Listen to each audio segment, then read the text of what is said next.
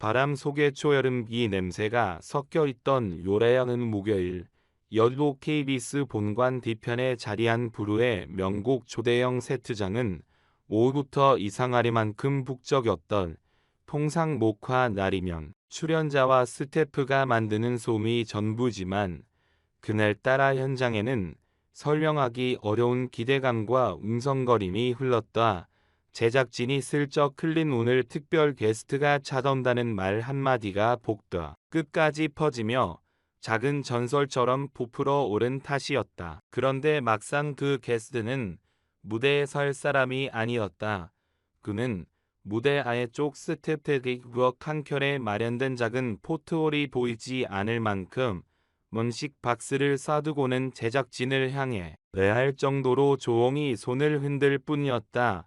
흰모자 너먼 눈웃음의 트레이드마크인 그 남자 김영웅, 토비욱 마청으로 불리는 그가 카메라 전원을 켜지 않은 상태로 스튜디오를 찾은 이유는 단 하나, 막내 형님이라 부르는 이찬원의 첫 부르의 명곡 단독 호스트 도전을 응원하기 위해서였다.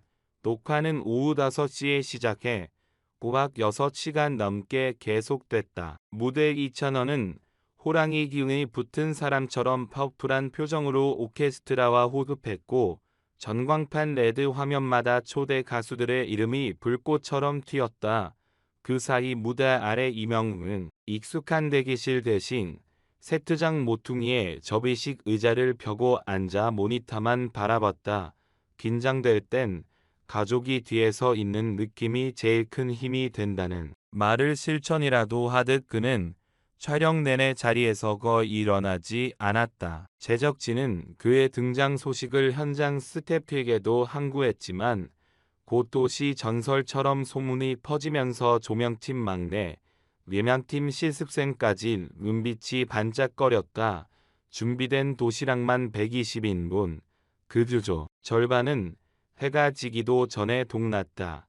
햇볕에 반짝이는 참기름 냄새가 복도 끝까지 따라왔는데 알고 보니 유명웅이 직접 고른 불고기 도시락과 비건 샐러드, 그리고 직원 전용 커트 트럭이었다. 잠깐 왔다 갈 줄 알았는데 원하려면 제대로 해야주라면 넘겼지만 그 한마디에 피곤함으로 굳어있던 스태프들의 깨가 한 번에 풀어졌다.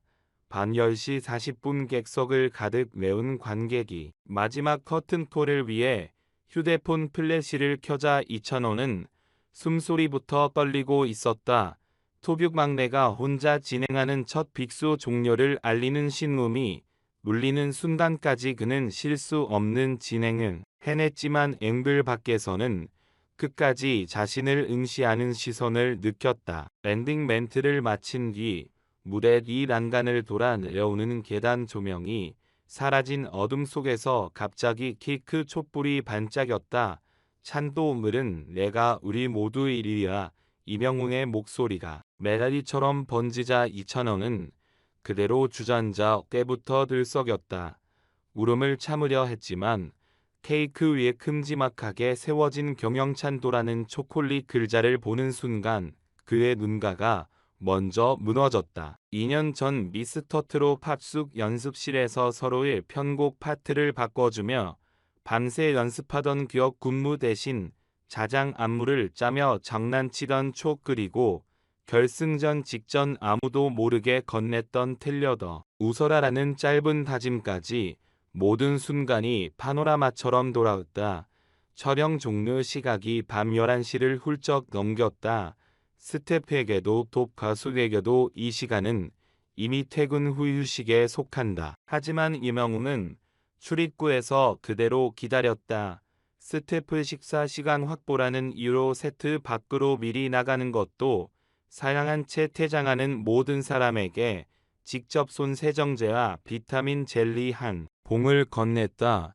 근양 감독은 누가 기획한 팬서비스냐고 농담을 던졌지만 그의 대답은 담백했다. 차원이 형이 아니었으면 지금 노래하는 제가 없었을 거예요. 형은 무대에서 늘 저한테 웃음 버튼이니까. 그 말에 몇몇 스태프가 휴대폰을 들어 사진을 찍으려 하자 그는 손살에 붙어 쳤다. 오늘 주인공은 찬원이니까 저는 백스테이지 조명일 뿐입니다. 벼랑간 톱스타다운 경계심 대신 무대 뒤 솔선수범형 리더십이 빛났고 그 모습에 막내 스태프들까지 감탄사를 터뜨렸다. 야식 코스를 위해 선택된 장소는 한강대교 남단에 위치한 24시간 운영 감자탕집이었다.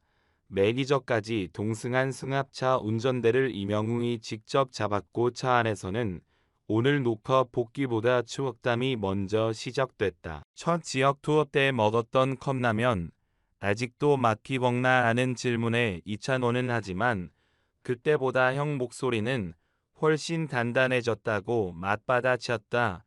음악 얘기 반 가족 얘기 반 갈비뼈가 벌어질 정도로 웃으며 도착한 식당에서는 테이블 3개를 붙여 앉았다.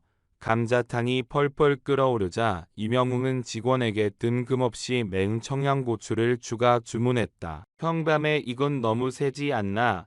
나는 걱정해도 그는 웃으며 대답했다. 오늘 찬원이가 얼마나 매운 하루를 버텼는데 이 정도 자극은 필요해. 결국 서로 고추를 건네며 벌인 매운맛 도전은 눈물 콧물 그리고 웃음소리로 마무리됐다. 그날 새벽 2시 쓴스 실시간 트렌드에 샵사인 영웅찬 토감자탕이 뜬 사실은 누구도 예상하지 못했다. 이번 깜짝 지원 사격이 알려지자 가장 먼저 반응한 곳은 다름 아닌 패션 업계였다.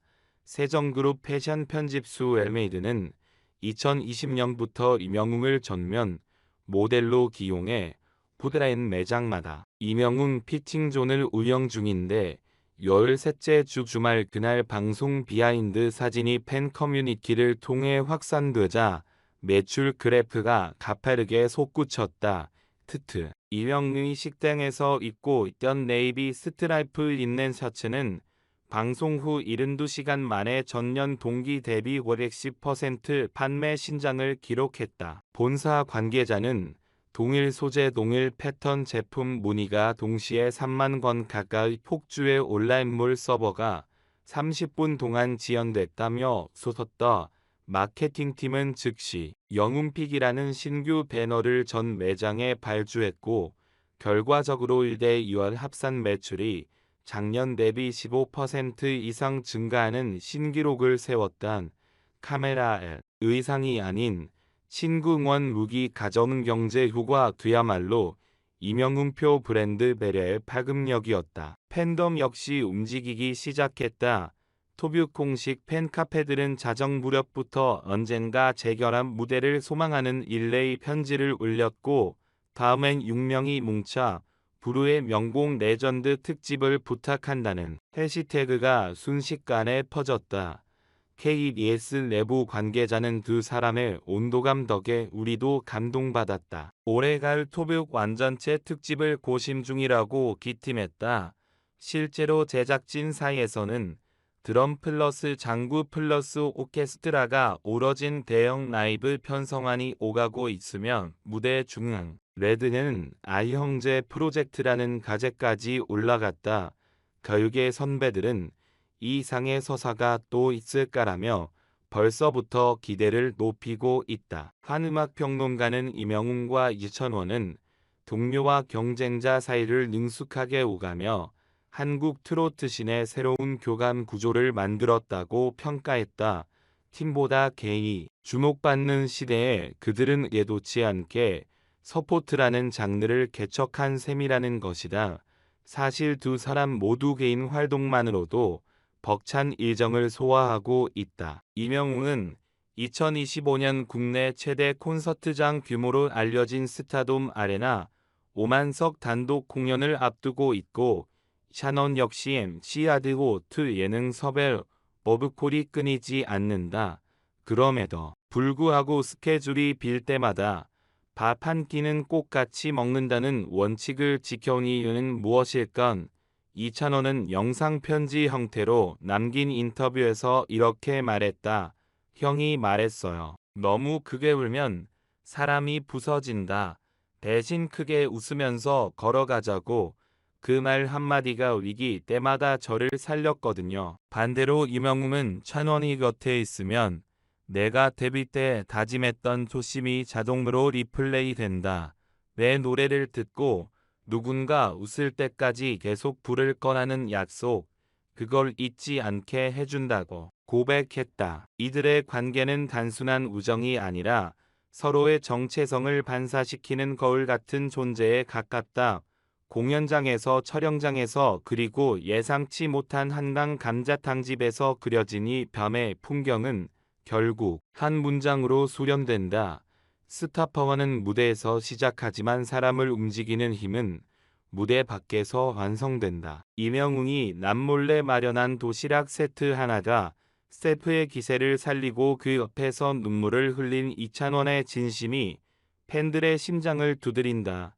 그리고 그 파동이 다시 기업의 매출로 방송, 편성표로 팬덤의 소포트 문화로 전방위 확장되며 새로운 선순환을 탄생시킨데 세상이 잠든 시간에 촬영장을 비추는 조명은 꺼졌지만 무대를 둘러싼 이야기의 유달리기는 멈추지 않는다. 팬들은 이미 다음 페이지를 상상한다. 언젠가 토빅과 다시 같은 무대에 서서 옛날보다 더 단단해진 하모니를 울릴 그날, 아마 그 순간 오늘 밤 케이크 위에서 불었던 작은 불꽃 하나가 거대한 스타디움 조명을 대신할지도 모른다. 그리고 우리는 또다시 깨닫게 되리라. 노래는 귀로 듣는 소리가 아니라 남이 마음에게 건네는 다정한 악수라는 사실이야.